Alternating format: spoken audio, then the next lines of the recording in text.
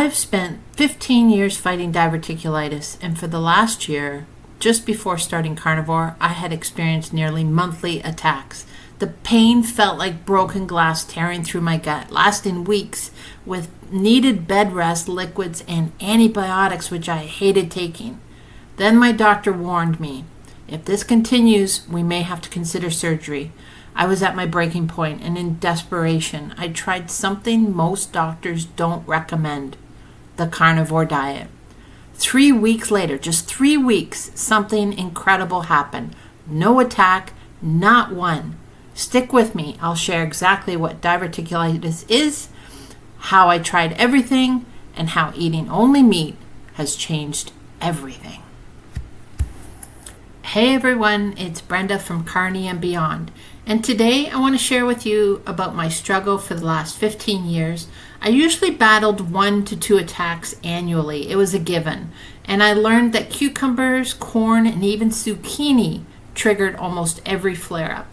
I loved them so much, but as soon as I ate them, I'd have a lapse, and bam, back in bed for a couple of weeks. The pain was literally like broken glass going through my bowels. Every turn in bed, every time to transition from laying down to sitting up was excruciating pain. Then in 2023, everything changed. The last attacks ramped up to almost every month. I would literally be eating something. The next day I could feel a little tinge in my bowels and I'd be, I'm getting another attack. And literally the next day I'd wake up in excruciating pain. I'd have to go on antibiotics for 3 weeks and it would clear it up. I'd be eating or drinking clear fluids for those weeks. And then that 1 week after, I would start transitioning to solid foods again, and it wouldn't matter if like something hidden, some zucchini was hidden in a salad or in a lasagna, and bam, I'd have an inkling again that I was going to have another attack, and sure enough, I got to the point where I couldn't eat practically anything without fearing the next flare-up, and my doctor warned me that more than 1 attack per year, this severe, means considering a surgery. And I was terrified. I started marking the calendar, and it was literally every 3 weeks I would have an attack. I didn't want to keep taking antibiotics. I was literally hitting rock bottom. That was until I discovered carnivore. And the first time I discovered carnivore was in late 2023. I had tried every conventional trick, high fiber diets, low fiber cleanses, probiotics, you name it, nothing worked. And suddenly, everything pointed to surgery. Then I stumbled across the Carnivore Diet with Dr. Ken Berry, and I'm going to include a little clip here that he's just produced and put on his channel, and I couldn't agree more with what he says here. Diverticulosis is not caused from eating meat. Diverticulitis is almost certainly caused from eating highly processed, high carbohydrate foods that lead to you being chronically constipated, where you have to strain. And then also all the cells in your colon were built out of inferior materials because you're eating a crap diet. Carnivores who have had diverticulosis in the past had flare-ups of diverticulitis. When they go carnivore, they just don't have the flare-ups anymore. I have to admit, at first, the carnivore diet, it sounded extreme. Are you telling me I'm just going to eat meat, eggs, water, and salt? No veggies? No fiber? That's what my doctor said, that I actually need to stay away from fiber and eat junk food like potatoes and like noodles and rice, all the stuff that I hadn't been eating for years on keto. But now you're telling me no veggies, no fiber, like as a regular diet? But I figured if nothing else has been working, what do I have to lose? I have to try it. And like I said, in just 3 short weeks, just 3 weeks into this diet, I didn't have the normal attack that I would have the next 3 weeks.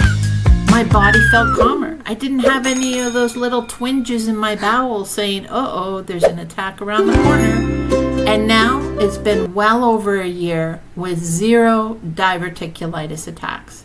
Hallelujah. Like, you don't know how painful it is until you've experienced one yourself. And I'm sure that they're all at different levels of degree of pain that people experience. But wowzers, I am just so grateful for having found carnivore. So people always ask, what exactly do you eat? Well, my typical day includes ribeye steak or ground beef, eggs either fried or boiled, butter, tallow, and as many of you know who've been following me, bacon is a key to my success. And I use Redmond sea salt on everything, and once in a while, when I'm not so overly hungry, I'll get some bone broth out and make sure I fuel my body that way. That's it. No fruits, no vegetables. It's simple. But it's been life-changing, at least life-changing for me. So my tips are: consider a 30 to 60-day trial of this diet if you are suffering from diverticulitis. Treat it like an experiment. What do you have to lose? Track your symptoms and track your meals. Put it in a journal. It might seem like work at the start of it, but trust me, if you get the results I get, you'll never, ever regret putting that effort in.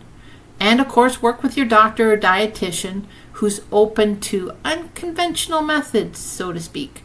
There are more and more doctors who are recognizing the benefits of the carnivore diet.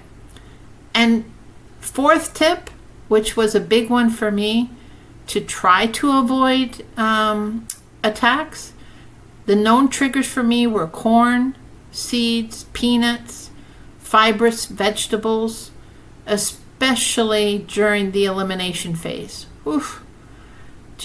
I ended up staying away from all of them, but I think my dis-ease in the body or damage that I had already done was too severe, and I was now reacting to everything. So if you're stuck in the cycle of recurring diverticulitis and the thought of surgery is looming around you like it was me, I want you to know you have options. I healed my gut with a simple diet change. Maybe carnivore could help you too. If this resonates with you, please like, share, and comment below, especially if you're trying carnivore or fighting diverticulitis right now. And don't forget to subscribe. And I will link a video at the end about what I typically eat in a day, so for those of you who are new, you can kind of get an idea of what I started eating almost on a daily basis. Thanks for watching, and sending you bacon-scented blessings for the week ahead. Love you guys. Take care. On my plate, it's a dream come true. Butter melting down like morning